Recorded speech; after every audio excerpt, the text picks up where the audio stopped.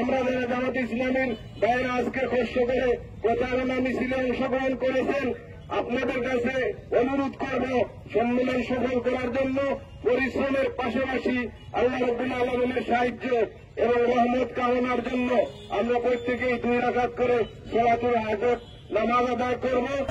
আগামীকালের সম্মেলন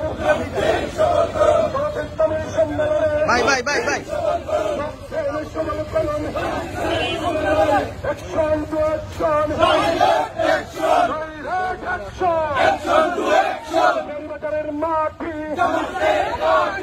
শিবিরের কাঠি আমরা ছিলাম আমরাই থাকবো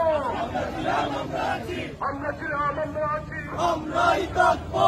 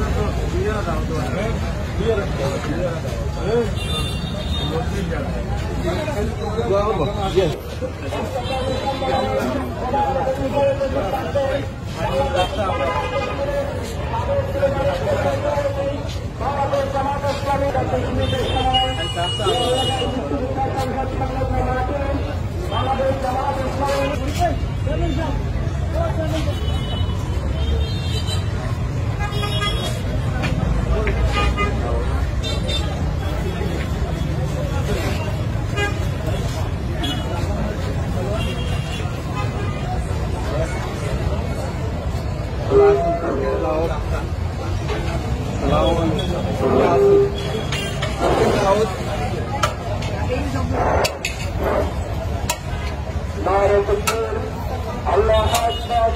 বাংলাদেশ জামাত ইসলামী জিন্দাবাদ জিন্দাবাদ।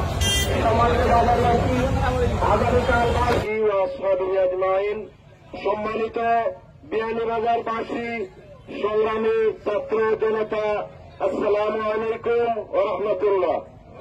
আপনারা জানেন দীর্ঘ প্রায় 20 বছর পরে জামাত ইসলামের উদ্যোগে বাংলাদেশ জামাত ইসলামের সর্বস্তরের কর্মী, শুভাকাঙ্ক্ষী, সমর্থক, সহযোগী সদস্য, মাঠ পর্যায়ের সর্বস্তরের বাইরে নিয়ে সম্মেলনের আয়োজন করা হয়েছে। আগামীকালকে সকাল 9:30 থেকে এই সম্মেলন জুমার আগ পর্যন্ত চলবে। সম্মানিত ভাই এবং বন্ধুগণ, আমরা এই সম্মেলনে সারা বিয়ানীবাজারের প্রতিটা ওয়ার্ডের প্রতিটা পাড়া মহল্লা থেকে দলে দলে এই সম্মেলনে যোগদান করার জন্য সংগ্রামী বিয়ানীবাজারবাসীকে উদাত্ত আহ্বান জানাচ্ছি। শহীদ ফুলের পারভেজ এটিএম তুরানের স্মৃতি বিজড়িত এই বিয়ানীবাজার আমরা আশা করি আগামীকালকে জনাব মোহাম্মদ সেলিম উদ্দিন সাহেবের আহ্বানে এই যে বিশাল সম্মেলন, এই সম্মেলনে সবাই অংশগ্রহণ করবেন। সর্বপর্যায়ের বিয়ানীবাজারবাসীকে এই সম্মেলনে যোগদান করার জন্য উদাত্ত আহ্বান জানাচ্ছি। আমরা এই সম্মেলনকে সফল করার জন্য এখন থেকেই লিফলেট বিতরণ গ্রামে গঞ্জে, পাড়ায় মহল্লায়, ইউনিয়নে ইউনিয়নে, বাজারে বাজারে সর্বশেষ প্রচারণা আমরা চালিয়ে যাব এবং এই প্রচারণার মাধ্যমেই আগামীকালকে সকাল 8টা থেকেই আমরা ইনশাআল্লাহ মিছিল সহকারে বিভিন্ন এলাকা থেকেই জনতার দল, সর্বস্তরের কর্মী শুভাকাঙ্ক্ষীদের দল নেমে আসবে বিয়ানীবাজারের ঐতিহ্যবাহী মুক্তিযোদ্ধা সংসদ সংলগ্ন মাঠে।